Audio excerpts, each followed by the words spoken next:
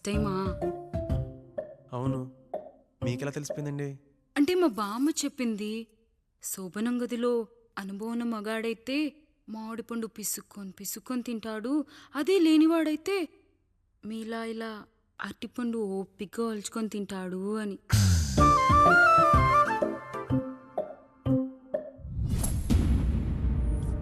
ఏంటవి? అవేంటో తెలీదా? ఫ్రెండ్స్కి పెళ్ళని చెప్తే హ్యాపీ బర్త్డే అనుకొని బెలూన్స్ ఇచ్చారు. ఫీల్ అవుతారు కదా అని 4 అక్కడ కట్టాను.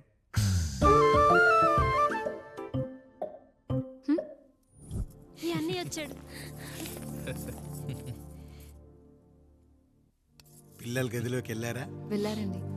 మీరెంత ఏంటి ఇంత రాత్రైనా ఇంకా పడుకోలేదా? మీరు లేనిది ఎప్పుడైనా పడుకున్నావా అన్నయ్య? అందరం కలిసే కదా పడుకునేది మావయ్య.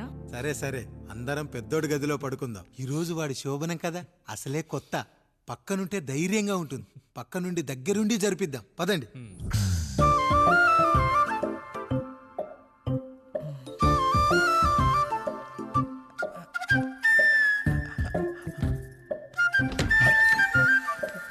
కానివ్వండి రా, కానివ్వండి కానివ్వండి. మీరేం మావయ్య ఇక్కడ పడుకుంటున్నారు? అదేంటమ్మా పెద్దోడా, చెప్పలేదా? మేమంతా కలిసే పడుకుంటామమ్మా, నువ్వు మాతో పాటే. అవును భార్గవి. మీరు ఊరుకోండి. మీరు ఇక్కడ పడుకోవడం నాకు ఇష్టం లేదు మావయ్య.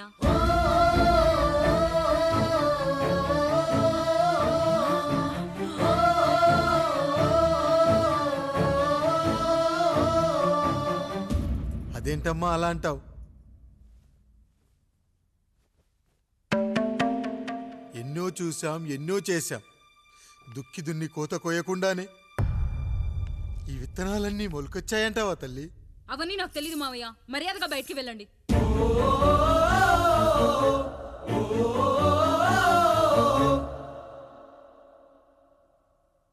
కనీసం ఆ మూలనైనా పడుకుంటామమ్మా.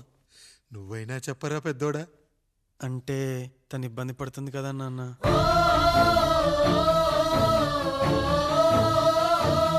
నువ్వు కూడా ఏంట్రా, పిల్లలేదో ఆశపడుతున్నారమ్మా. ఒక్కసారి ఆలోచించమ్మా.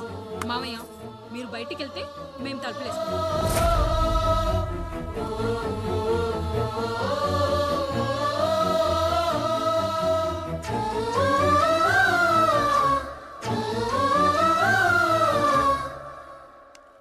వేసుకోండి అమ్మా, వేసుకోండి, తలుపులు వేసుకోండి.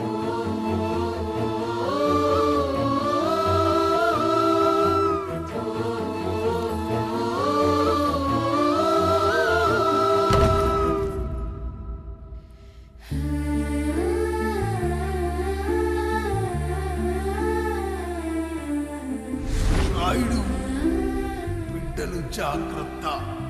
ఈ రోజు నుంచి వీళ్ళంతా నీ తమ్ముళ్ళు చెల్లెళ్ళు కాదు, నీ బిడ్డలు.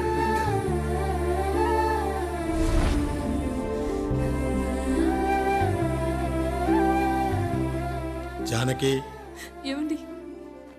సావిత్రి, ఏమండి? లక్ష్మి, ఏమండి?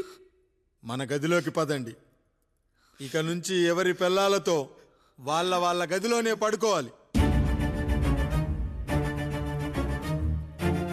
ఇది ఈ రోజు నుంచి ఈ వంశానికి రాస్తున్న కొత్త శాసనం. అయ్యా అలా అరకండి అయ్యా. మీరు లేకుండా మేము ఎప్పుడైనా విడిగా పడుకున్నాము. అంతా కలిసే కదయ్యా పంచుకున్నాం. వెళ్ళరా వెళ్ళు, నీకు భార్య ఉంది, నీకు పడగది ఉంది. వేసుకోండిరా, మీరు వేసుకోండి, తలుపులు వేసుకోండి. మీరు కూడా ఏంటండి పిల్లలేదు? చిన్న పిల్లల వాళ్ళని ఉయ్యాల్లో ఆడించేటప్పుడు పక్కనే ఈ నాన్నకు కావాలి. బడికెళ్ళేటప్పుడు పక్కనే ఈ నాన్న కావాలి. గుడికెళ్ళేటప్పుడు కూడా పక్కనే ఈ నాన్న కావాలి. కానీ శోభనం గదిలో మాత్రం పక్కనే ఉంటానంటే బరువయ్యాను జానకి, బరువయ్యాను.